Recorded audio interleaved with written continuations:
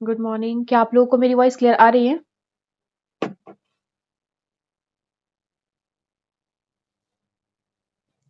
यदि आप लोगों को मेरी वॉइस क्लियर क्लियर आ रही है तो आप लोग मैसेज में मुझे बता सकते हैं। Good morning Ashwini ji.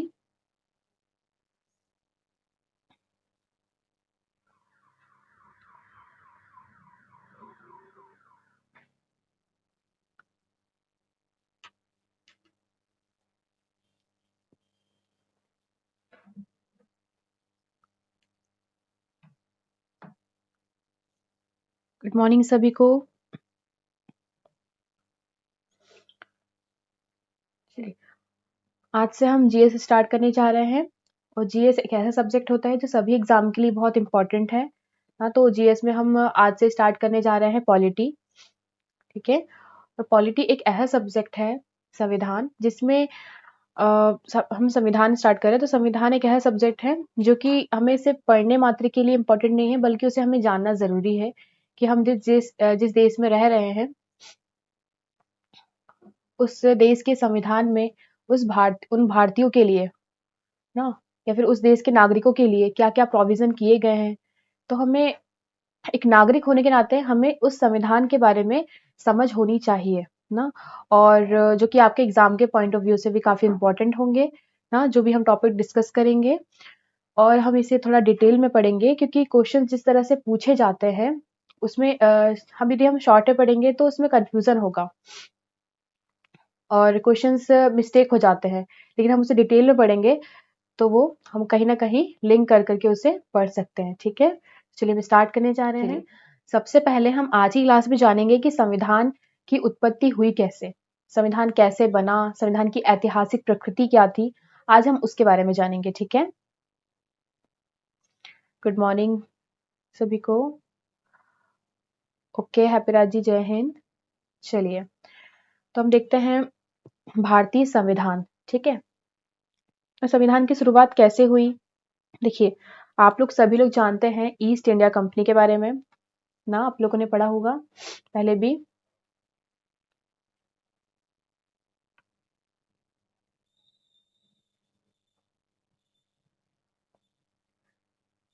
East India company, ठीक है, क्या आपने सुना है? ये भारत में आती है ना, मात्र व्यापार करने के लिए, और यहीं से हमारे संविधान की शुरुआत होती है। देखिए, विश्व में सर्वप्रथम संविधान सभा का गठन इंग्लैंड में हुआ था ना, तो ये इंपॉर्टेंट है आपके लिए। कहाँ हुआ था? सबसे पहले संविधान सभा बनी थी। और सभा क्यों बनती है? संविधान का गठन करने के लिए। अच्छा, संविधान है क्या? यदि हम बात करें संविधान की, संविधान क्या होता है? संविधान एक ऐसा दस्तावेज होता है जिसमें उस नागरिकों के लिए प्रावधान दिए रहते हैं, उस देश के लिए प्रावधान लिखे रहते हैं कि उस देश का संविधान कैसे, मतलब उस देश को कैसे रेगुलेट किया जाएगा, उसके उनके नागरिकों के लिए क्या-क्या प्रोविजन किए गए हैं, सारा कुछ संविधान में लिखा रहता है। ठीक है, और ये लिखित भी होता है और अलिखित भी होता है। ठीक है, तो आप लोग मुझे बताइए कि हमारे देश का जो संविधान है वो लिखित है या फिर अलिखित है? बताइए, हमारे भारत देश का जो संविधान है वो लिखित है या फिर अलिखित है? ठीक, इसको व्यावहारिक रूप किसने दिया था? अमेरिका और फ्रांस ने दिया था। ठीक है,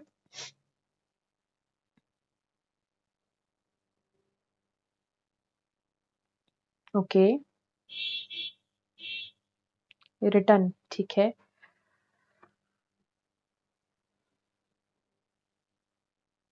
हैप्पी राज जी, आप सभी लोग आंसर कीजिए। ठीक है, आप सभी लोग जानते हैं कि हमारे देश का जो संविधान है वो लिखित है ना।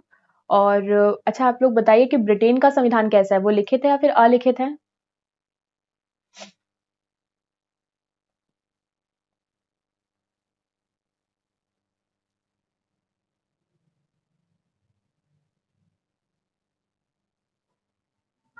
लिखित, ठीक है। विपिन जी, शनि जी, अनीता जी, ठीक है। मतलब आप सभी लोग जानते हैं कि हमारे भारत का संविधान क्या है? लिखित संविधान है। ठीक है, इसका एक दस्तावेज तैयार किया गया था। ठीक है, ओके। और ब्रिटेन का कैसा है? ब्रिटेन का संविधान कैसा है? ब्रिटेन का संविधान अलिखित है। ठीक है, चलिए हम देखते हैं इसकी शुरुआत किस तरह से हुई थी। तो हम भारतीय संविधान के हिसाब से हम यदि कार्यकाल की बात करें तो हम 2 कार्यकाल में बाँटते हैं। ईस्ट इंडिया कंपनी के कार्यकाल को, या फिर हमारे भारत में जो 200 साल तक अंग्रेजों का रूल रहा है, हम उसे 2 भागों में बाँट के देखते हैं। पहला तो 1773 से 1858 तक का काल, फिर 1858 से 1947 तक का कार्य, ठीक है? तो इसमें क्या होता है, जो ईस्ट इंडिया कंपनी है ना, ये एक कंपनी है जो कि कहाँ की है? यूरोपियन कंट्री है ये। कौन सी कंट्री है? यूरोपियन, ठीक है? और इसका गठन कब किया गया था? 1599 में काम किया गया था, ठीक है? इसे ईस्ट इंडिया कंपनी क्यों कह रहे हैं? क्योंकि ये ईस्ट की तरफ व्यापार करने के लिए आई थी, ठीक है? ईस्ट की तरफ काम करने के लिए आई थी ये। ये क्या होता है? नॉर्थ, है ना? और ये ईस्ट और वेस्ट और ये साउथ, है ना? तो ये यहाँ से आई थी ना व्यापार करने के लिए, वेस्ट से ईस्ट तरफ आई थी ना। तो यहाँ पर जो भी कंपनी आती है, यहाँ से आती है काम करने, व्यापार करने के, तो हम उसे ईस्ट इंडिया कंपनी कहते हैं, ठीक है? इनका गठन 1599 में किया गया था कंपनी का, और 1600 में ये हमारे भारत में आई थी। किसके थ्रू आई थी? एक चार्टर के थ्रू आई थी ना। और जिसको परमिट किसने किया था? महारानी विक्टोरिया ने, ठीक है? वहां की जो महारानी है उनके द्वारा परमिशन दे दी गई थी ईस्ट इंडिया कंपनी को भारत में व्यापार करने के लिए। इतनी बात क्लियर है आप सभी को?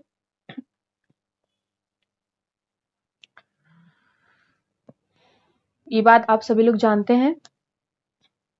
ऐसे फ्रांस भी आई थी, पुर्तगालीज भी आए थे, है ना? तो ये सारे ईस्ट में आए थे ना, इसलिए इसे ईस्ट इंडिया कंपनी भी कहते हैं। ये ब्रिटेन से आई थी, ठीक है? ये बात आप सभी को क्लियर है? चलिए, जब ईस्ट इंडिया कंपनी हमारे भारत में आई तो फिर क्या हुआ था? ये मात्र व्यापार करने के लिए आई थी, ठीक है? मात्र व्यापार करने के लिए आई थी, लेकिन इन्होंने बंगाल, बिहार, ओडिशा यहाँ पर दीवानी अधिकार प्राप्त करने लगे, ठीक है? ये जो कंपनी है मात्र व्यापार के लिए आई थी, लेकिन दीवानी अधिकार इन्होंने बंगाल, बिहार, ओडिशा, उस टाइम पे की यदि हम बात करें तो बंगाल प्रांत बहुत समृद्धशाली था, विश्वविख्यात था, ठीक है? आर्थिक रूप से, राजनीतिक रूप से काफी समृद्ध माना जाता था, लेकिन ईस्ट इंडिया कंपनी ने वहां पर दीवानी अधिकार प्राप्त कर लिए और उसकी कंडीशंस काफी दयनीय हो गई थी, ठीक है? और इसकी शुरुआत कहाँ से होती है? इसकी शुरुआत होती है प्लासी का युद्ध, बक्सर का युद्ध ना। प्लासी का युद्ध आपने पढ़ा होगा, बताइए ये कब हुआ था प्लासी का युद्ध?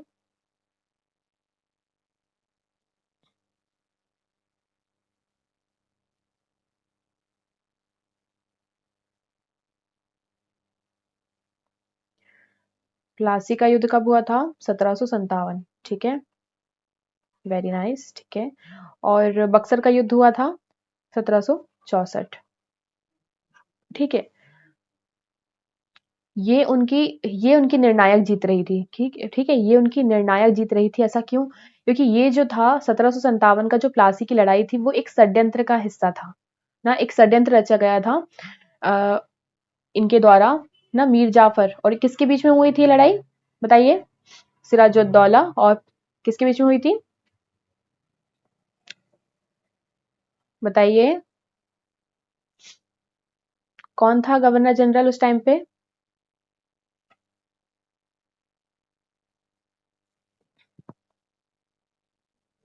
ये दोनों ही लड़ाई विश्व के इतिहास में एक महत्वपूर्ण भूमिका निभाती है, क्योंकि इस दो लड़ाई के बाद ही भारत की जो मंशा थी वो शासन करने की आई, और उसी के फलस्वरूप यहाँ बंगाल में इन्होंने दीवानी अधिकार प्राप्त कर लिए। दीवानी का मतलब होता है वहां पर जो राजस्व का अधिकार है वो किसके अंदर आ गया?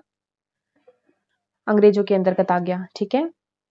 और वहां के जो नवाब है वो प्रशासनिक राजनीतिक स्तर पर काम करने लगे, ठीक है? तो 1765 में एक अधिकार प्राप्त किए थे उन्होंने। क्लियर है? अब हम बात करते हैं 1857 की क्रांति, ठीक है? अब 1857 की क्रांति के बाद रॉबर्ट क्लाइव है ना, और सिराजुद्दौला के बीच में लड़ाई हुई थी, ठीक है? अब देखिए 1757 और 1857, ठीक है? यहाँ से लेकर के 1757 से 1857 तक का कितना कार्यकाल हो चुका? पूरे 100 साल हो चुके थे, है ना? और इन 100 सालों में अंग्रेजों की गतिविधियों से जनता को बहुत नुकसान होने लगा, है ना? वो इससे असंतुष्ट थी, अंग्रेजों की जितनी कार्यप्रणाली थी ना, और हर एक जगह एक असंतोष उत्पन्न हुआ था, है ना? जो कि जिसका अंतिम रूप हमें कहाँ देखने को मिला? 1857 की क्रांति में देखने को मिला। Is that clear? यहाँ जगह-जगह से आंदोलन शुरू हो गए थे, ठीक है, जो कि अंग्रेजों के विरुद्ध थे, ठीक है। लेकिन ये क्रांति कहीं न कहीं असफल मानी जाती है।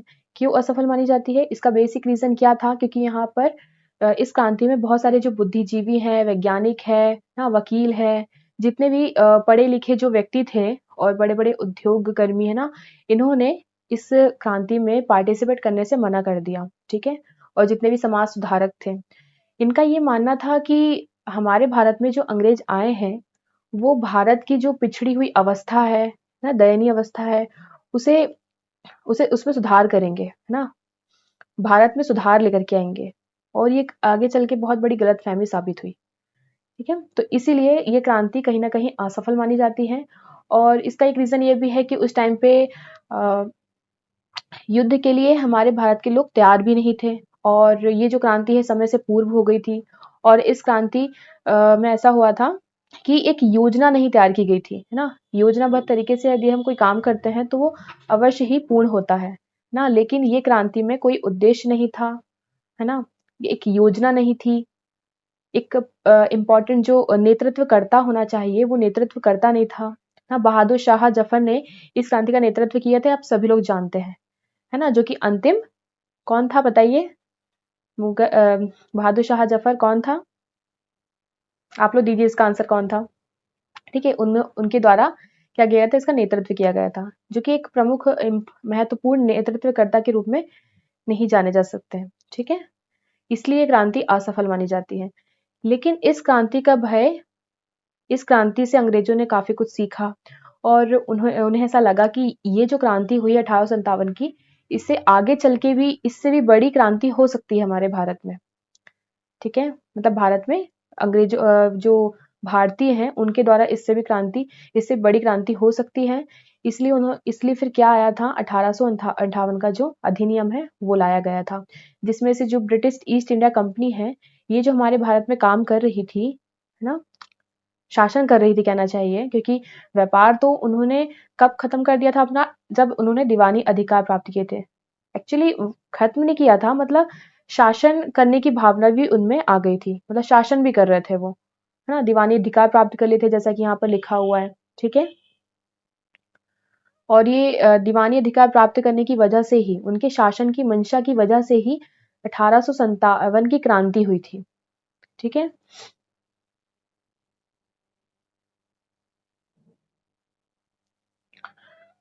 Is that clear? 1857 की क्रांति को यदि हम पढ़ेंगे तो उसे हम हिस्ट्री में उसे पढ़ेंगे क्योंकि ये हम संविधान पढ़ रहे हैं, तो संविधान के लिए हमें थोड़ा बेसिक नॉलेज लेना पड़ेगा, ठीक है? तो ये 1858 में क्या हुआ था, एक अधिनियम आया था, ठीक है? और इस अधिनियम में क्या बोला गया था कि जो ईस्ट इंडिया कंपनी है, उसके द्वारा जो शासन किया जाएगा, अब वो पूरा का पूरा कहाँ चला जाएगा? ब्रिटिश गवर्नमेंट के अंतर्गत चला जाएगा। जो अंग्रेज हैं संसद है ना, वहाँ की जो गवर्नमेंट है, उनके द्वारा किया जाएगा, जो भारत का शासन है, ठीक है? तो ये इसमें महत्वपूर्ण चेंज किया गया था। भारत का शासन ब्रिटेन सरकार द्वारा किया जाएगा। गवर्नर जनरल को वायसराय कहा जाने लगेगा, मतलब जो अभी तक गवर्नर जनरल कहलाते थे, वो आगे चल के अब क्या कहलाएंगे? वायसराय कहलाएंगे, ठीक है? तो ये इंपॉर्टेंट बात है। तो इस तरह से हम देखें तो पहले जो वायसराय बने वो कौन थे? लॉर्ड कैनिंग, ठीक है? तो यहाँ से क्वेश्चन पूछा जाता है, ठीक है? ये इंपॉर्टेंट इसमें क्या हुआ था? प्रावधान थे और इसमें मुगल पद को समाप्त भी कर दिया गया था ना। हम देखेंगे आगे चल के इसे। चलिए नेक्स्ट क्वेश्चन क्या है, सॉरी नोट है ना, नोट में मैंने कुछ इंपॉर्टेंट फैक्ट डाला हुआ है। 1757 को है ना, 23 जून प्लासी का युद्ध हुआ था, बक्सर का युद्ध, क्योंकि ये इसे रिलेट करता है क्योंकि यहीं से अंग्रेजों की मंशा भारत में शासन करने की हुई थी, ठीक है? शुरुआत हुई थी। बंगाल के पहले गवर्नर कौन थे? रॉबर्ट क्लाइव थे। बंगाल के पहले गवर्नर जनरल कौन थे? वॉरेन हेस्टिंग्स थे। यहाँ से क्वेश्चन पूछे जाते हैं, ठीक है? और यहाँ कंफ्यूजन भी होता है। यहाँ पर सिर्फ क्या बोला जा रहा है? गवर्नर बोला जा रहा है, ठीक है? गवर्नर। तो पहले गवर्नर कौन हो जाएंगे? रॉबर्ट क्लाइव, ठीक है? और पहले गवर्नर जनरल कौन हो जाएंगे? लॉर्ड वॉरेन हेस्टिंग्स हो जाएंगे। ठीक है, और भारत के पहले गवर्नर जनरल की बात हो रही है ना। जो बंगाल का गवर्नर जनरल है वो पूरे भारत का गवर्नर जनरल कहलाने लगा, और ये कौन थे? Lord William Bentinck. ठीक है, और पहले वायसराय कौन थे? 1858 के बाद जब गवर्नर जनरल को वायसराय कहा जाने लगा, उस समय वायसराय कौन थे? लॉर्ड कैनिंग थे। Is that clear? देखिए फिर क्या लिखा हुआ है। सर्वप्रथम संविधान सभा का प्रस्ताव 1934 में 1934 में किसके द्वारा लाया गया था? इंपॉर्टेंट क्वेश्चन है। एम रॉय के द्वारा लाया गया था। प्रस्ताव लाया गया था इनके द्वारा। ठीक है, कि एक संविधान सभा होनी चाहिए जो कि संविधान का निर्माण करेगी। और इसका गठन कब हुआ था? 1946 में सर्वप्रथम क्या हुआ था? संविधान का गठन हुआ था। ठीक है, हम इसे पढ़ेंगे, डिटेल में पढ़ेंगे। ठीक है, और कि गठन किस तरह से हुआ था, कौन सा मिशन आया था जिसके द्वारा ये गठन किया गया था। ठीक है, जिसके आधार पर इस संविधान सभा का गठन किया गया था। संविधान सभा के क्या काम थे, वो क्यों बनाई गई थी, है ना। तो हम जानेंगे इसके बारे में आज। देखिए 26 नवंबर 1949 को संविधान को अंगीकृत किया गया था। देखिए ये शब्द मैंने इसलिए ऐड किया है क्योंकि इसमें कंफ्यूजन होता है। 26 नवंबर 1949 लिखा है यहाँ पर। ठीक है, और यहाँ पर क्या हुआ था? संविधान को अंगीकृत किया गया था। और 26 जनवरी 1950 को संविधान को लागू किया गया था। तो दोनों की डेट हमें अलग अलग मिलती है। ठीक है, अभी अलग अलग क्यों डेट है इसकी? हमने इतना वेट क्यों किया? जब हमारा संविधान बन के रेडी हो गया था तो हमने इसका वेट क्यों किए? क्या आप लोग जानते हैं इसके बारे में? बताइए। जब हमारा संविधान 1949 को बन चुका था 26 नवंबर का, तो हमने इस तारीख की डेट, मतलब इस डेट का वेट क्यों किया 26 जनवरी 1950 का? बताइए। देखिए यहाँ अंगीकृत की जगह ना अधिनियमित, है ना, अंगीकृत या फिर आत्मार्पित कोई भी शब्द आए तो आप उसका आंसर क्या लगाएंगे? 26 नवंबर। और जहां भी लागू शब्द आ जाएगा, इंप्लीमेंट कब हुआ था, तो वो 26 जनवरी 1950 आ जाएगा। क्लियर है? चलिए बताइए क्या है इसका रीजन। हमारा संविधान 26 नवंबर 1949 को बन चुका था, तो फिर 26 जनवरी का वेट क्यों किया गया? आंसर कीजिए, किसी के आंसर नहीं आ रहे अभी। देखिए इसमें क्या हुआ था, 26 जनवरी की डेट है ना, याद रखिए आप लोग, 1930 ना। ओके, आया आंसर शिव जी का। ठीक है, एकदम सही है ना। 26 जनवरी है वो डेट। ठीक है, लेकिन 26 जनवरी 1930 को क्या हुआ था? जवाहरलाल नेहरू जी के द्वारा रावी नदी के तट पर भारत को पूर्ण स्वराज्य घोषित किया गया था, और पूर्ण स्वराज्य का लक्ष्य रखा गया था उस टाइम पे। ठीक है, और इस दिन को स्वतंत्रता दिवस या फिर हम स्वाधीनता दिवस कहेंगे, मनाने की घोषणा की गई थी। ठीक है, इसीलिए इस दिन को क्या हुआ था? संविधान को लागू कर दिया गया। ठीक है, ये बात आप सभी को क्लियर है? चलिए, अब जो ब्रिटिश ईस्ट इंडिया कंपनी है, हम वापस उसी में आ जाते हैं। ठीक है, देखिए अब ब्रिटिश ईस्ट इंडिया कंपनी है, उन्होंने भारत में शासन करने का शिकंजा कसा। ठीक है, अब क्या हुआ था, जो वो भारत में शासन करना चाह रही थी, उसके लिए उन्होंने कई एक्ट लेकर के आए। ठीक है, अपने शासन को चलाने के लिए, है ना, उसे अपनी रूप बनाने, अपने अनुकूल बनाने के लिए उनके द्वारा कई एक्ट लाए गए थे। ठीक है, इसमें कई सारे एक्ट है, लेकिन मैं आप लोगों को इंपॉर्टेंट एक्ट बताना चाहूंगी। ठीक है, जो कि आपके एग्जाम के पॉइंट ऑफ व्यू से इंपॉर्टेंट भी होगा। ठीक है, तो सबसे पहले आता है 1773 का रेगुलेटिंग एक्ट।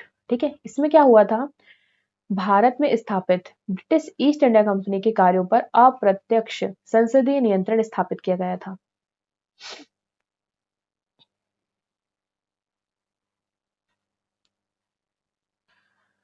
इसकी शुरुआत इन्होंने कहाँ से की थी? मतलब ये जो शासन करने की शुरुआत जो है बंगाल से किया था। ठीक है, इन्होंने तो फिर इन्होंने कई सारे एक्ट लेकर के आए, जिसमें से 1773 का रेगुलेटिंग एक्ट इंपॉर्टेंट है। इसमें क्या हुआ था, भारत में स्थापित जो ब्रिटिश ईस्ट इंडिया कंपनी है, उसके कार्यों पर अप्रत्यक्ष नियंत्रण, संसदीय नियंत्रण स्थापित किया गया था, और प्रशासनिक कार्यों के लिए लिखित संविधान प्रस्तुत किया गया था। देखिए यहाँ पर संविधान कैसा है, लिखित संविधान प्रस्तुत किया गया था। इसके द्वारा केंद्रीय प्रशासन की नींव रखी गई थी। ठीक है, और इसी एक्ट के थ्रू क्या किया गया था, केंद्रीय प्रशासन की नींव रखी गई थी। ठीक है, केंद्रीय प्रशासन का मतलब क्या होता है, केंद्र के द्वारा शासन किया जाएगा। ठीक है, इसका मतलब क्या है, वहां पर केंद्र में कौन शासन करेगा, प्रमुख कौन होगा, गवर्नर जनरल प्रमुख होगा ना, यहाँ पर ये बात की जा रही है। केंद्र प्रशासन मतलब कोई एक व्यक्ति ही केंद्र का पूरा शासन करेगा। अच्छा, आप लोग मुझे बताइए, हमारे भारत में एकात्मक व्यवस्था है या फिर संघात्मक व्यवस्था है, एकात्मक सरकार है या फिर संघीय सरकार है, यहीं से आपको ये चीज क्लियर होगी। बताइए, जो क्वेश्चन मैंने आपसे पूछा, हमारे भारत में जो सरकार है वो किस, उसका रूप क्या है, वो संघीय सरकार है या फिर एकात्मक सरकार है।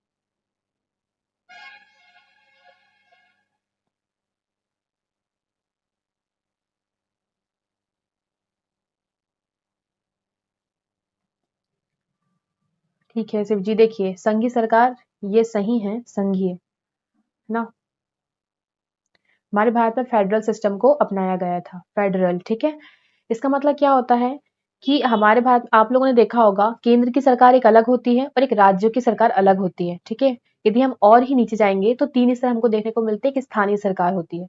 ठीक है, जैसे 73rd और 74 कॉन्स्टिट्यूशन अमेंडमेंट के थ्रू 1992 में ऐड किया गया था, जिसमें ग्राम पंचायत और नगरीय व्यवस्था, इसे भारत में लाया गया था।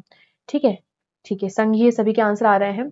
एकात्मक सरकार का मतलब होता है वहां पर एक ही सरकार हो और वो पूरे देश में कंट्रोल करे ना, पूरे देश के लिए कानून जो बनाए या पूरे देश में जो शासन करे वो एक ही सरकार होना चाहिए। ठीक है, लाइक यदि हमारे भारत में अगर राज्यों में अगर सरकार नहीं होती तो केंद्र के जो प्रधानमंत्री हैं, राष्ट्रपति है, वही क्या करते हैं, पूरे भारत को देखते, पूरे भारत में शासन करते हैं। ठीक है, लेकिन ऐसा नहीं है, हमारे भारत में केंद्र की सरकार एक अलग है और राज्यों की अलग सरकार है। तो संघवाद का मतलब क्या होता है, एक ऐसा देश जहां पर एक से अधिक, है ना, दो या फिर दो से अधिक सरकार हो, उसे हम केंद्रीय सरकार, मतलब सॉरी, उसे हम संघीय सरकार कहते हैं। ठीक है, इसलिए हमारे भारत में संघवाद को अपनाया गया है, लेकिन ये पूरी तरह से संघवाद नहीं है, याद रखिएगा। ठीक है, हमारे भारत में जो संघवाद को अपनाया गया है, संघवाद, ये पूरी तरह से संघवाद है क्या, नहीं है। क्यों नहीं है, क्योंकि कुछ ऐसी स्थितियां आती है जहां पर जो शक्तियां है वो केंद्र के पास चली जाती है ना, और राज्यों के पास जो पावर है वो थोड़ी कम रहती है ना, शक्तियों का बंटवारा कहना चाहिए, वो संघवाद है। और कुछ स्थितियों में जो शक्ति है वो पूरी की पूरी सेंट्रल गवर्नमेंट के पास चली जाती है, लाइक आपातकाल लग गया, है ना, और ऐसी कोई सूची आगे, जैसे समवर्ती सूची की यदि हम बात करें, यदि आप 7 शेड्यूल में जाएंगे तो 7 शेड्यूल में 3 सूचियां हैं। ठीक है, केंद्र सूची, राज्य सूची, समवर्ती सूची।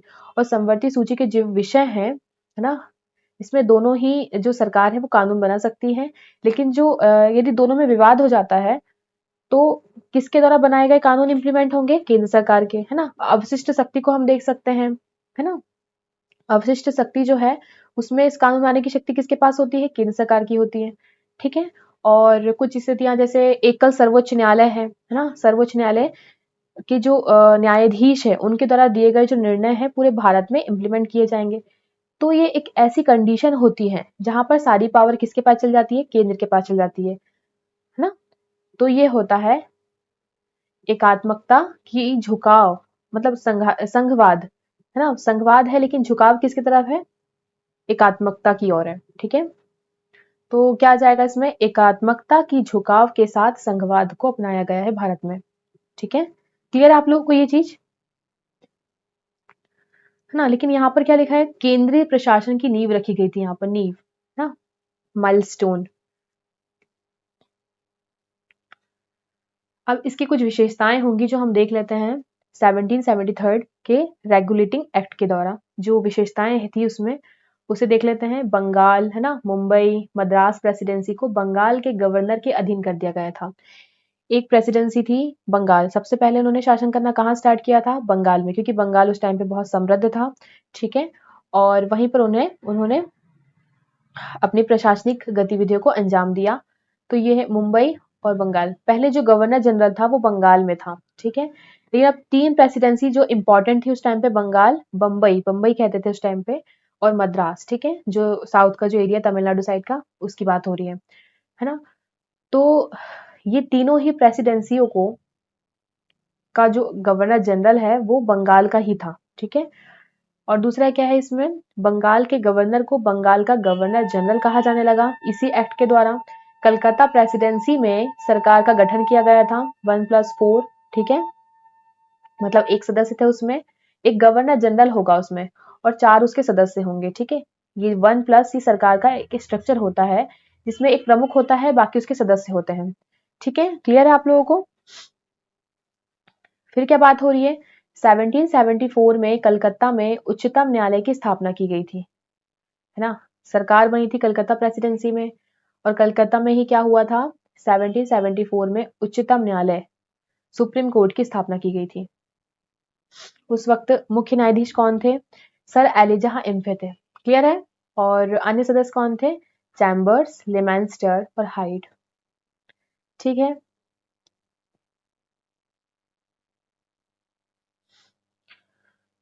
तो यदि आपसे पूछ लिया जाए सबसे पहले सुप्रीम कोर्ट की स्थापना कब की गई थी, तो 1774 में की गई थी। इसके पहले मुख्य चीफ जस्टिस ऑफ इंडिया, उस टाइम पे चीफ जस्टिस कौन थे? सर एलिजा इम्फे थे, है ना? सदस्य भी पूछ सकता है, चैम्बर्स, लेमेंस्टर, हाइड। ठीक है, किसी भी एग्जाम में ये क्वेश्चंस पूछे जाते हैं, इंपॉर्टेंट है सारे के सारे। फिर नेक्स्ट आता है 1784 का पिट्स इंडिया एक्ट। ठीक है, अब इसमें क्या हुआ था, इसमें 1773 की कमियों को दूर करने के लिए ये जो एक्ट है वो लाया गया था। ठीक है, इसमें दोहरे प्रशासन की मांग की गई थी। दोहरा प्रशासन या फिर हम द्वैध शासन भी कहेंगे ना। इसके जो जनक है वो कौन थे? लियोनस कर्टी। ठीक है, ये सबसे पहले कब लाया गया था? 1765 में बंगाल के लिए लाया गया था। ठीक है, मतलब एक शासन है और शासक उसके 2 हैं ना, मतलब जहां पर जिस शासन में 2 शासक काम करने लगे उसे हम कहते हैं द्वैध शासन। ठीक है, क्लियर है आप लोगों को? तो द्वैध शासन का प्रारंभ किया गया था, जिसमें कोर्ट ऑफ डायरेक्टर, है ना, COD, और बोर्ड ऑफ कंट्रोल ना, BOC, ये इसमें इसका प्रावधान किया गया था। कंपनी की व्यापारिक, मतलब कंपनी जो भी व्यापार के काम करती थी और जो आर्थिक उनकी गतिविधियां थी, है ना, जो भी आर्थिक गतिविधि थी, उनका संचालन किसके द्वारा किया जाता था? कोर्ट ऑफ डायरेक्टर के द्वारा किया जाता था। ठीक है, और जो भी राजनीतिक गतिविधि थी, है ना, तो उसका कंट्रोल कौन करते थे? बोर्ड ऑफ कंट्रोल करते थे, बोर्ड ऑफ कंट्रोल के द्वारा किया जाता था। अब इसमें एक क्वेश्चन ये आता है कि गवर्नर जनरल की नियुक्ति इनमें से किसके द्वारा की जाती थी, बताइए? कोड ऑफ डायरेक्टर, COD के द्वारा या फिर BOC? बताइए कौन करेगा? इसमें कहा गया था कि भारत जो है ब्रिटेन की संपत्ति है। ठीक है, इसी एक्ट में क्या बोला गया था? भारत ब्रिटेन की संपत्ति है। चलिए नेक्स्ट क्वेश्चन है, BOC के द्वारा किया जाएगा। ठीक है, उनका जो अपॉइंटमेंट है गवर्नर जनरल का। ठीक है, 1833 का चार्टर अधिनियम। अब इसमें क्या बोला गया है, देखिए, बंगाल का गवर्नर जनरल अब भारत का गवर्नर जनरल कहा जाने लगेगा। ठीक है, देखिए, हमने पढ़ा था बंगाल का पहला गवर्नर कौन था? बंगाल का पहला गवर्नर कौन था? Robert Clive. ठीक है, बंगाल का पहला गवर्नर जनरल कौन था? वॉरेन हेस्टिंग्स थे। और यदि हम भारत की बात करें तो भारत का पहला गवर्नर जनरल कौन था? Lord William Bentinck. ठीक है, तो ये जो बंगाल का गवर्नर जनरल था, पूरे भारत का गवर्नर जनरल कब कहलाया? 1833 के चार्टर अधिनियम के बाद। ठीक है, और कंपनी के व्यापारिक अधिकार पूर्णतः यहाँ पर समाप्त हो गए थे इस एक्ट में। और फिर क्या हुआ था, भारत में केंद्रीकृत शासन प्रणाली की शुरुआत हुई थी। पहले विधि आयोग का गठन किया गया था ना। विधि आयोग किसके द्वारा किया गया था?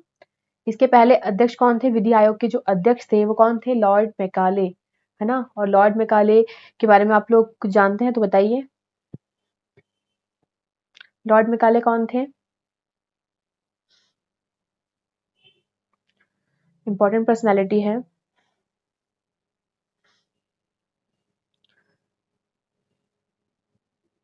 आईपीसी की जो धारा है किसके द्वारा लाई गई थी? इन्हीं के द्वारा लाई गई थी, ठीक है। ओके, आईपीसी की जनक, ठीक है। और क्या जानते हैं आप लोग इसके बारे में? मैकाले के बारे में और क्या जानते हैं आप लोग? इसमें जब हमारे भारत में जब एजुकेशन की बात हो रही थी कि उसका माध्यम क्या होना चाहिए, तो एजुकेशन जो है वो इंग्लिश में होना चाहिए, इंग्लिश मीडियम होना चाहिए उसका। और हमें अपने अनुरूप, मतलब ब्रिटिश गवर्नमेंट के अनुरूप हमें क्या करना चाहिए? शासन करने के लिए क्या होना चाहिए? भारतीयों को तैयार करना चाहिए, है ना। तो जो एजुकेशन है ना, एजुकेशन वो पश्चिमी शिक्षा, है ना, जो ज्ञान दिया जाना चाहिए उनका, पश्चिमी शिक्षा का ज्ञान जो उन्होंने प्राप्त किया है, ताकि उनके अनुरूप भारतीय मिल सके ना। क्योंकि ब्रिटेन से बहुत सारे लोगों का बुलाना, उनका खर्चा उठाना, तो ये कहीं न कहीं उनके ऊपर ही आर्थिक बोझ बनता। इसीलिए उन्होंने भारतीयों को ही अपने अनुरूप तैयार करने के लिए काम शुरू कर दिया, है ना। तो वहाँ का जो एजुकेशन सिस्टम है, उसको उन्होंने क्या कर दिया? उसको चेंज कर दिया, ठीक है। यदि किसी भी देश में चेंज लाना है तो उसके एजुकेशन सिस्टम को चेंज कर दो, चेंज अपने आप आ जाएगा। तो यही उनकी सबसे बड़ी सोच थी। इनफैक्ट उनकी सोच हर क्षेत्र पे देखा जाए तो एक ऐसी थी कि सबसे पहले वो लोग आए और भारत में जो कंडीशंस है उसे उन्होंने देखा, है ना। और उसके अनुरूप ही उन्होंने अपनी अपनी प्लानिंग किया। शासन को कैसे चलाया जाना चाहिए, ये सब कैसे संभव हुआ? क्योंकि सबसे पहले उन्होंने भारत की कंडीशन को समझा, ठीक है। वहाँ का एजुकेशन सिस्टम देखा, लोगों की थिंकिंग क्या है, ये सब के बारे में उन्हें पहले पता चला, है ना। तभी तो इतने कम संख्या में जो अंग्रेज आए थे, उन्होंने पूरे भारत को कंट्रोल कर दिया ना। वही भारत जहाँ पर मतलब जो इतिहास में काफ़ी उपलब्धियाँ उन्होंने अचीव किया था ना, उसी भारत में इतने बड़े क्षेत्र में छोटे मतलब लघु रूप में बहुत कम संख्या में अंग्रेजों का शासन करना एक बहुत ही बड़ी बात है, और 200 साल तक, ठीक है। तो ये लॉर्ड मैकाले, है ना, ये इंपॉर्टेंट पर्सनैलिटी एजुकेशन के मामले में भी, और ये विधि आयोग के गठन भी इनके द्वारा किया गया था, मतलब अध्यक्ष थे ये उसके, और आईपीसी के जनक भी थे। संपूर्ण भारत के लिए एक ही बजट तैयार करने का जो कार्य है वो गवर्नर जनरल को सौंपा गया था, है ना। बजट बजट तैयार करने का कार्य भी किसका था? गवर्नर जनरल का था। दास प्रथा के उन्मूलन के लिए, दास प्रथा उन्मूलन, है ना। उन्मूलन मतलब क्या होता है? जड़ से खत्म कर देना किसी भी चीज को ना। तो ये एक्ट कब लाया गया था? कानून 1843 को लागू किया गया था। क्लियर है? तो ये इसी एक्ट के थ्रू किया गया था, ठीक है। यदि आपसे पूछा जाए कि दास प्रथा का उन्मूलन है 1843 में, वो कब किया गया था, किस एक्ट के थ्रू किया गया था ना? चार्टर एक्ट था, ठीक है। नेक्स्ट हम बात करेंगे 1853 का चार्टर एक्ट। 1853 का चार्टर एक्ट, तो इसमें क्या है? यह एक अंतिम चार्टर था, पहली बात तो ये, ठीक है। और इसमें विधायिका और कार्यपालिका की शक्तियों को अलग कर दिया गया था, ठीक है। विधायिका क्या होती है और कार्यपालिका क्या होती है? विधायिका जो लॉ का निर्माण करती है, लॉ एंड ऑर्डर का, ठीक है। और कार्यपालिका क्या क्या होती है? जिसे हम एग्जीक्यूटिव भी कहते हैं। एग्जीक्यूट करना मतलब जो उनके द्वारा जो लॉ एंड ऑर्डर बनाए गए हैं उसे एग्जीक्यूट करने का काम कौन करता है? कार्यपालिका करती है ना। तो इनके शक्तियों को अलग कर दिया गया था किस एक्ट के द्वारा? 1853 का जो चार्टर एक्ट था उसके द्वारा, ठीक है। बात सभी को क्लियर है? यदि हम भारत के संदर्भ में बात करें तो विधायिका कौन होगी? संसद होगी, जो कि विधि और कानून का निर्माण करती है। कार्यपालिका कौन होगा? कार्यपालिका मंत्री परिषद होगी, जो कि मतलब जो कि विधायिका के द्वारा बनाए गए कानून है उसका इम्प्लीमेंट करेगी, उसे लागू करेगी, ठीक है। और एक तीसरी एक होता है स्तंभ भी देखा जाए तो वो कौन है? न्यायपालिका होती है, जो कि उसकी जांच करेगा कि उसे संविधान के अकॉर्डिंग बनाया गया है या फिर नहीं, ठीक है। तो इसे ही हम लोकतंत्र के 3 स्तंभ कहते हैं, है ना। और देखा जाए तो इनके शक्तियों को अलग करने की बात होती है। यदि हम संविधान की बात करें तो आर्टिकल 50 में ये बातें लिखी गई है। विधायिका और कार्यपालिका की शक्तियों को अलग कर दिया गया है उसमें, ठीक है। और इसी विधायिका को मिनी पार्लियामेंट भी कहा जाता है, ठीक है। जो विधायिका थी इसे क्या कहते हैं? मिनी पार्लियामेंट, छोटी संसद, ठीक है। नेक्स्ट है विधि निर्माण हेतु। अब ये विधायिका तो विधि बनाने का काम करेगी, तो विधि निर्माण करते समय सदस्य कितने होंगे? तो 12 सदस्यीय अखिल मतलब संपूर्ण भारतीय विधायी परिषद की स्थापना की गई थी, है ना। एक लेजिस्लेटिव काउंसिल की स्थापना की गई थी, क्लियर है, जो कि क्या करेगी? लॉ एंड ऑर्डर बनाएगी भारत के लिए। क्या आप सबको ये वाला एक्ट जो है जितना मैंने समझाया अभी आपको सभी को क्लियर है? क्या हम आगे बढ़े? कोई डाउट?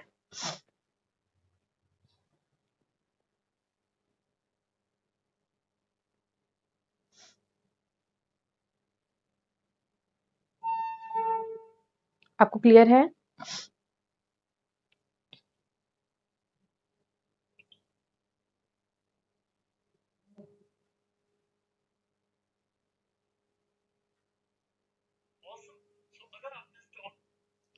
ठीक है, चलिए अब क्या है? भारत शासन अधिनियम ना 1858। इसमें क्या था? इस अधिनियम के द्वारा भारत का जो शासन है, देखिए ये 1858 की बात हो रही है, ठीक है। 1858 की बात हो रही है, इसका मतलब क्रांति के जस्ट 1 साल बाद की बात हो रही है ना। 1857 में क्या हुआ था? 1857 में क्रांति हुई थी ना, जो कि पूरे भारत में इसका देखना चाहिए प्रसार हुआ था ना। लेकिन यहाँ पर जो लोग हैं, बुद्धिजीवी वर्ग है ना, वकील है और जो उद्योगपति थे बड़े-बड़े, उन्होंने इसमें साथ नहीं दिया था। लेकिन फिर भी देखा जाए तो लगभग हर क्षेत्र में ये क्रांति फैली थी, ठीक है। और ये इसलिए भी मानी जाती है क्योंकि ये क्रांति हुई क्यों थी, है ना? ये क्रांति हुई क्यों थी? क्योंकि इसमें सभी के उद्देश्य जो थे वो अलग-अलग थे। ना इसलिए हम इसे स्वतंत्रता संग्राम कहना उचित होगा या नहीं होगा? ये किस टाइप की क्रांति थी? ये क्या सैनिक विद्रोह था या फिर हिंदू मुस्लिम का के द्वारा विद्रोह किया गया था, है ना? तो ये बहुत सारे मत इसमें दिए गए थे कि ये क्रांति एक्चुअल में थी क्या? हाँ, तो सबसे प्रचलित जो कथन है वो ये था, वीर सावरकर जी के द्वारा जो बोला गया था ये स्वतंत्रता संग्राम था। लेकिन कहीं न कहीं इसमें भी बहुत सारे जो इतिहासकार हैं वो एकमत नहीं है। वो इसीलिए क्योंकि इसमें जो सभी के जो उद्देश्य थे वो अलग-अलग थे, ना। जैसे लक्ष्मीबाई अपने जो दत्तक पुत्र है उसे शासन का अधिकार नहीं मिल पाने की वजह से इस युद्ध में शामिल हुई थी। उनका एक अपना निजी उद्देश्य था, ठीक है? और अपनी झांसी को बचाने के लिए, ठीक है? और देखा जाए तो नाना साहेब जो थे उनके द्वारा जो पेंशन रोकी गई थी, है ना? ब्रिटिश गवर्नमेंट के द्वारा, तो उनके लिए इस आधार पर उन्होंने क्या किया था? युद्ध किया था, ठीक है? तत्कालीन कारण आप लोग सब लोग जानते हैं, मंगल पांडे, है ना? और मतलब ऐसी बहुत सारी किसानों ने क्यों किया था विद्रोह, है ना? क्यों किया था उन्होंने विद्रोह? क्योंकि उन्हें जो जमींदार की वजह से उनसे जो लगान है वो बहुत अधिक मात्रा में वसूली जा रही थी, है ना? वसूल किया जा रहा था। सैनिकों के द्वारा क्यों किया गया था? क्योंकि सैनिकों को जो है सर्वोच्च पद नहीं दिया जा रहा था, ना, निम्न स्तर के पद दिए जाते थे। तो यहाँ पर देखा जाए तो हर एक वर्ग के एक अपने-अपने एक अलग ही उद्देश्य थे, है ना? और मतलब इसीलिए इसके जो ये जो क्रांति क्यों हुई थी, इसमें बहुत सारे जो इतिहासकार हैं वो एकमत नहीं है। है ना? इसमें बहुत सारे लोगों ने, इतिहासकारों ने अपने-अपने मत रखे थे, ठीक है? तो उसके जस्ट 1 साल बाद क्या हुआ था? 1858 का एक एक्ट आ गया था जिसमें कि ब्रिटिश ईस्ट इंडिया कंपनी के हाथों से जितनी भी पावर थी वो किसने ले लिया? ब्रिटिश गवर्नमेंट ने ले ली, ठीक है? तो मतलब यहाँ पर ब्रिटिश ताज को सारी जितनी शक्तियाँ थी वो हस्तांतरित कर दी गई, ठीक है? तो ये पहला पॉइंट आप लोगों को समझ में आ गया। अब क्या हुआ था? एक नए पद का सृजन किया गया था, भारत सचिव, secretary of state for India का सृजन किया गया था। निदेशक मंडल, डायरेक्टरों की सभा और नियंत्रक मंडल को समाप्त कर दिया गया यहाँ पर, ठीक है। मतलब जो कोर्ट ऑफ डायरेक्टर है ना, बोर्ड ऑफ कंट्रोल है, उसे खत्म कर दिया गया था। उसे कब खत्म कर दिया गया था? 1858 में, ठीक है। इसमें क्या हुआ था, निदेशक मंडल और नियंत्रक मंडल की सभी अधिकार भारत सचिव को दे दिया गया था, क्योंकि एक नया पद बनाया गया था भारत सचिव, और भारत सचिव को ही सारी शक्तियां दे दी गई थी। और भारत सचिव को ब्रिटिश संसद और ब्रिटिश मंत्रिमंडल का सदस्य होना अनिवार्य है। ठीक है, ब्रिटिश की जो संसद है या फिर मंत्री, कोई भी एक सदस्य होना चाहिए जो कि भारत का सचिव होगा। भारत सचिव की सहायता के लिए क्या हुआ था, 15 सदस्य। ये सभा में कितने लोग थे, इनके सचिव की सहायता के लिए 15 सदस्य थे, है ना, जिसे भारत परिषद कहा गया था। भारत परिषद के कुल 15 सदस्यों में से 8 सदस्यों की नियुक्ति का अधिकार ब्रिटिश ताज को तथा शेष बचे 7 सदस्यों की नियुक्तियों का अधिकार कंपनी के डायरेक्टरों को दिया गया था। ठीक है, मतलब जो 8 सदस्य होंगे वो ब्रिटिश गवर्नमेंट के द्वारा नियुक्त किए जाएंगे। ठीक है, और जो 7 सदस्य हैं वो कौन होंगे, वो BOD, है ना, तो डायरेक्टर ऑफ कंपनी, जो कंपनी थी उनके द्वारा वो निर्धारित किए जाएंगे। ठीक है, DOC 7 सदस्य। ठीक है, तो कहीं ना कहीं इसमें भारत का जो प्रतिनिधित्व है वो कम से कम देखने को हमें मिलता है। भारत सचिव और भारत परिषद के शासन को सम्मिलित रूप से गृह सरकार का नाम दिया गया था ना। मतलब ये कौन सी सरकार होगी, गृह सरकार, होम गवर्नमेंट कहा जाने लगा। ठीक है, एक भारत सचिव और उसमें जो 15 सदस्यीय मेंबर थे, है ना, इन सभी का एक रूप, इनको क्या कहा जाने लगा, गृह सचिव कहा जाने लगा। ठीक है, और इनके जो वेतन भत्ते हैं, ये इंपॉर्टेंट है इसमें कि इनके जो वेतन भत्ते हैं वो भारतीय राजस्व से ही दिए जाने का प्रावधान इसमें किया गया था ना। उनकी जो पेमेंट है, वेतन भत्ते हैं, सैलरी है, वो कहाँ से निर्धारित होगी, भारतीय राजस्व से। ठीक है, राजस्व मतलब क्या होता है, राज्यों का पैसा, सही, मतलब भारत का पैसा, राज्य का पैसा। यदि यहाँ हम राज्य की इसकी बात कर रहे हैं, यहाँ हम राज्य से भारत मतलब एक देश को डिनोट कर रहे हैं। ठीक है, विशेष संदर्भ में हम राज्य मतलब एक देश को डिनोट करते हैं। ठीक है, तो यहाँ पर भारतीय राजस्व की बात हो रही है, राज्य का जितना पैसा होता है उससे इनके वेतन भत्ते डिसाइड किए जाएंगे, ये इसमें बोला गया था। नेक्स्ट है भारत परिषद का जो अध्यक्ष है, भारत सचिव को बनाया गया ना। भारत परिषद के निर्णय बहुमत से लिए जाते थे। भारत सचिव को सामान्यतः मत देने का अधिकार था, और समान मत होने की दशा में भारत सचिव को एक अतिरिक्त मत देने का भी अधिकार था। इसमें क्या हुआ, जैसे कोई भी निर्णय लेना है ना, तो उसके लिए वोटिंग प्रक्रिया होगी ना, वोटिंग होगी, और वोटिंग में जो भारत परिषद है का जो अध्यक्ष है ना, मतलब जो कौन होगा, भारत सचिव, वो भी इसमें वोट देगा। लेकिन जब निर्णायक प्रकृति मतलब यदि वोट समान हो गए तो क्या होगा, वो एक और वोट देंगे भारत सचिव ना, जब निर्णायक मत देने के लिए। ठीक है, क्लियर है आप लोगों को। अब भारत सचिव देखिए, जैसे ये उसी तरह है जिस तरह से देखिए राज्यसभा का जो सभापति है वो भारत का उपराष्ट्रपति होता है, और जब भी राज्यसभा में वोटिंग प्रक्रिया होती है तो राज्यसभा के जो सभापति होते हैं वो उसमें वोटिंग प्रक्रिया में हिस्सा नहीं लेते हैं। ठीक है, वो उसमें हिस्सा नहीं लेते हैं क्योंकि वो उसके सदस्य नहीं होते हैं।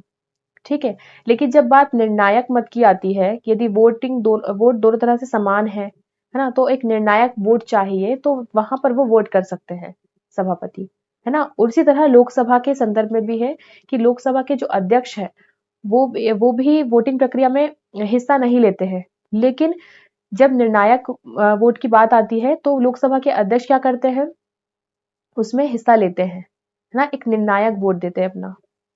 क्लियर है, तो यहीं पर ही बात की जा रही है। नेक्स्ट है भारत के गवर्नर जनरल का पद नाम बदलकर क्या कर दिया गया था, वायसराय कर दिया गया था ना, ये हमने पढ़ा।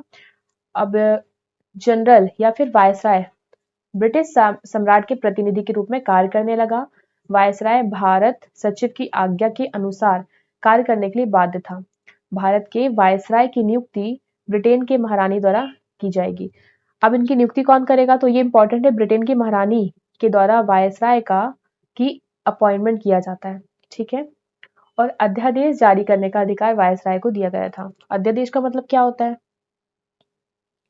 इसे हम इंग्लिश में ऑर्डिनेंस कहते हैं, है ना। हमारे भारत के संदर्भ में यदि हम बात करें तो जब संसद सत्र में नहीं होती है तब, और कोई ऐसे विषय पर कानून बनाना बहुत जरूरी हो जाता है, इसीलिए क्या होता है, राष्ट्रपति 123 आर्टिकल 123 के द्वारा अध्यादेश ला सकते हैं। ठीक है, तो उसी टाइम पर ये अध्यादेश की शुरुआत हुई थी। तो अध्यादेश जारी करने का अधिकार किसको हो गया था, वायसराय को हो गया था। ठीक है, ये बातें आप क्लियर है। तो उसी प्रकार यदि देखा जाए तो पहले वायसराय कौन होंगे, लॉर्ड कैनिंग। ठीक है, और नेक्स्ट है इसमें क्या हुआ था, और भारत प्रशासन मतलब भारत का जो प्रशासन है उसके अंतर्गत जितने भी पद हैं उनकी नियुक्ति करने का अधिकार ब्रिटिश सम्राट ने भारत सचिव सहित भारत परिषद और भारत में स्थित उच्च पदाधिकारियों के बीच विभाजित कर दिया, है ना। मतलब यही जो लोग हैं वो क्या करेंगे, विभिन्न पदों पर ना उनके पदाधिकारी की नियुक्ति करेंगे। कौन करेगा, ये भारत सचिव, जो उनके जो परिषद है और जो उच्च पदाधिकारी हैं, है ना, वो सब इनकी नियुक्ति करेंगे। नेक्स्ट हम बात हो रही है भारत के गवर्नर जनरल की परिषद के विधिक सदस्य तथा अधिवक्ता जनरल की नियुक्ति, एडवोकेट, है ना, अधिवक्ता की नियुक्ति का अधिकार किसका था, ब्रिटेन के सम्राट को दिया गया था। नेक्स्ट है भारत के राज्य सचिव को परिषद के परामर्श के बिना भारत में गुप्त प्रेषण भेजने का अधिकार था। और क्या हुआ था इसमें, मुगल शासक का जो पद है वो समाप्त कर दिया गया था। ठीक है, ये बात आप लोगों को क्लियर है। ये था 1857 की क्रांति के बाद जो अधिनियम लाया गया था 1858 का, उसमें क्या हुआ था, जो ब्रिटिश ईस्ट इंडिया कंपनी है उसके द्वारा जो शासन किया जा रहा था वो पूरा किसके में हस्तांतरित कर दिया गया था, ब्रिटिश ताज के पास हस्तांतरित कर दिया गया था। ठीक है, अब मतलब ब्रिटिश संसद क्या करेगी, डायरेक्ट शासन करेगी भारत में। ठीक है, तो हमने पढ़ा 1858, फिर इसके बाद हम पढ़ेंगे 1919 और फिर 1935 का अधिनियम, फिर 1947 का अधिनियम ना, फिर हम देखेंगे संविधान का निर्माण कैसे हुआ था इसके अगली क्लास में। ठीक है, इसके बाद का हम अगली क्लास से पढ़ेंगे। तो क्या आप लोगों को क्लियर हुआ आज का टॉपिक। सबसे पहले हमने क्या पढ़ा कि संविधान क्या है ना। संविधान एक लिखित दस्तावेज होता है, ये लिखित और अलिखित भी हो सकता है। ठीक है, इसकी शुरुआत हमारे भारत में किस तरह से हुई, किसके द्वारा किया गया था, कौन कौन से एक्ट लाए गए थे, है ना, ये हमने पढ़ा। जो भी इम्पोर्टेंट है इसके आपके आपके एग्जाम के पॉइंट ऑफ व्यू से वही उसी एक्ट को हमने शामिल किया है, बाकी है तो बहुत सारे एक्ट। ठीक है, क्लियर है। एक बार ओवर भी लेना है इसका, मंजू कुमारी जी।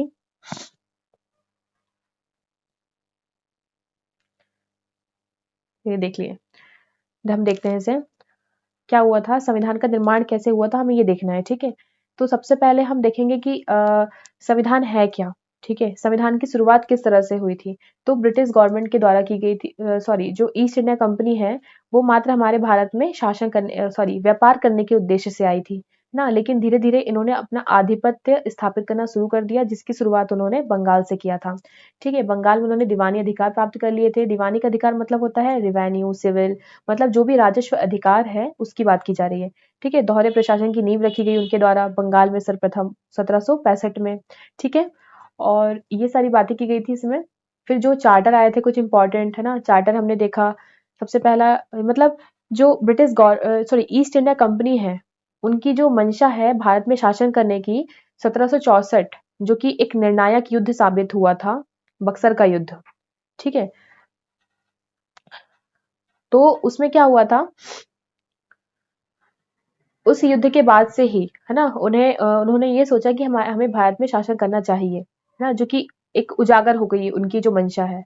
तो फिर शासन करने के लिए उन्होंने कई एक्ट बनाए, है ना, और भारत को अपने अनुकूल शासन करने के लिए क्या किया, उन्होंने कुछ एक्ट बनाए, और इसी एक्ट के द्वारा हमारे भारत के संविधान की शुरुआत होती है, एक नींव मिलती है यहाँ से। ठीक है, कुछ एक्ट आए थे 1817, फिर 1833 का जो चार्टर अधिनियम है उसके बारे में हमने देखा। 1853 का चार्टर एक्ट पढ़ा, जो कि एक अंतिम चार्टर एक्ट था ना, इसमें विधायिका और कार्यपालिका की शक्तियों को अलग कर दिया गया था।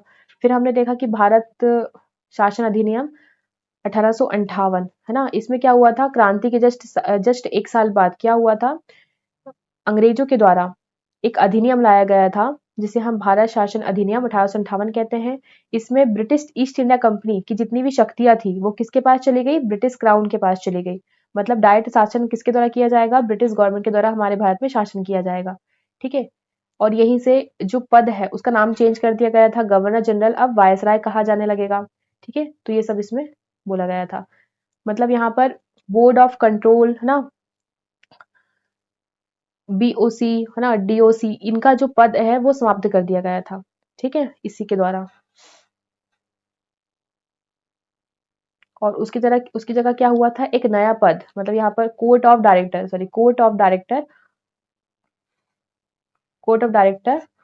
और बोर्ड ऑफ कंट्रोल, ये पद समाप्त कर दिया गया था और एक नए पद का सृजन किया गया था, भारत सचिव। ठीक है, और वो 15 सदस्य मेंबर थे, उसमें 15 सदस्य थे, जिसमें से 8 सदस्य किसके द्वारा नियुक्त किए जाएंगे? ब्रिटिश गवर्नमेंट के द्वारा, है ना। और जो 7 हैं वो भारत में किसके द्वारा? कंपनी के जो डायरेक्टर हैं उसके द्वारा नियुक्त किए जाएंगे। ठीक है, तो ये था इसमें इम्पोर्टेंट। ठीक है, और यहीं से क्या होता है? मुगल का जो पद है, मुगल पद, वो समाप्त हो जाता है। अंतिम मुगल कौन था? ये सबसे पहले आपसे पूछा था, बहादुर शाह जफर। ठीक है, क्लियर है आप सभी को? बाकी कल हम एक बार और गो थ्रू हो जाएंगे यहाँ से। ठीक है, आपको फिर सारा कुछ क्लियर हो जाएगा। कल हम इसके आगे का पढ़ेंगे, कुछ एक्ट बचे हुए हैं 2-3। उसके बाद फिर हम संविधान निर्माण, संविधान कैसे बना, हम उसकी शुरुआत करेंगे। संविधान सभा बनी, फिर जिन्होंने संविधान का निर्माण किया और एक संसद के रूप में भी काम किया। ठीक है, उनके दोहरे काम थे। तो हम इसे नेक्स्ट क्लास में डिस्कस करेंगे। क्या आप सभी को क्लियर है? चलिए, मैं क्लास को समाप्त करना चाहूंगी। आज के लिए बस इतना ही। धन्यवाद सभी को। जय हिंद।